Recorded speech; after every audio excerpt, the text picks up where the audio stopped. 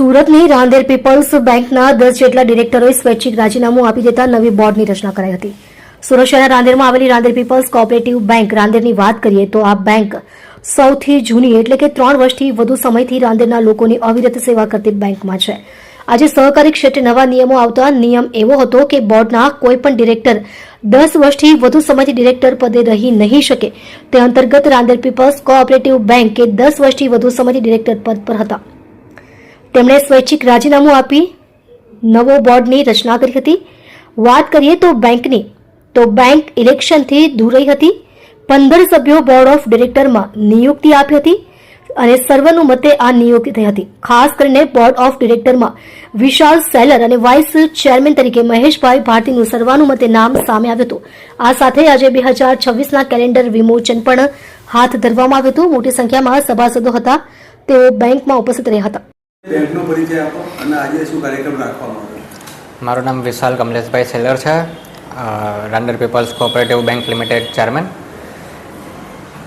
આજે જે બેંકના નવા નિયમ આવ્યા બેન્કિંગ રેગ્યુલેશન એક્ટ પ્રમાણે, જે જૂનું બોર્ડ છે 10 વર્ષ ઉપર એક ડાયરેક્ટર કન્ટિન્યુ નહીં થાય, એટલે ભારતની પહેલી કદાચ આ બેંક હશે કે જેનું આખું બોર્ડે એક સાથે એ લોનું પાલન કરી બધાએ રિઝાઇન આપ્યું હતું અને નવું બોર્ડ માટે ઇલેક્શન જાહેર કરાવ્યું હતું।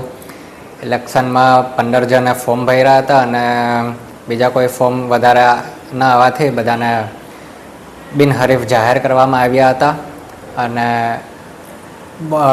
ડિરેક્ટર ઇલેક્ટ થવા પછી આજે પહેલી બોર્ડ મિટિંગ રાખવામાં આવેલ હતી અને એમાં બધાના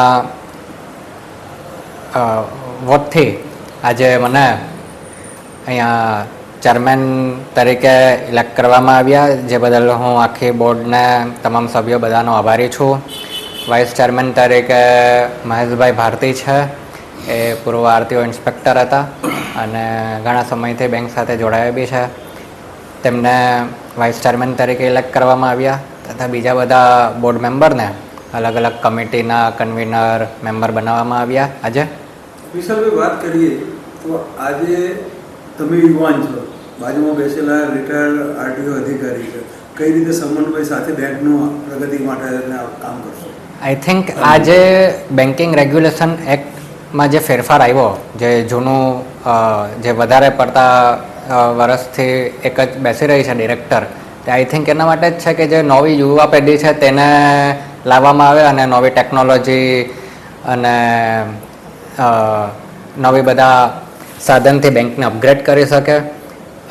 એટલે આ અમે જે નવી ટીમ બનાવી છે તે એ રીતે બનાવી છે કે યંગ અને એક્સપિરિયન્સ પર્સનને મિક્સ કરીને કેવી રીતના બેંકને હજુ પ્રોગ્રેસિવ બનાવી શકાય, હજી ટેકનોલોજીથી ફ્યુચર કેપેબલ ટેકનોલોજી એડવાન્સ બેંકને બનાવી શકાય તે પર કામ કરી શકે, એ રીતની આ પેનલ બનાવવામાં આવી છે।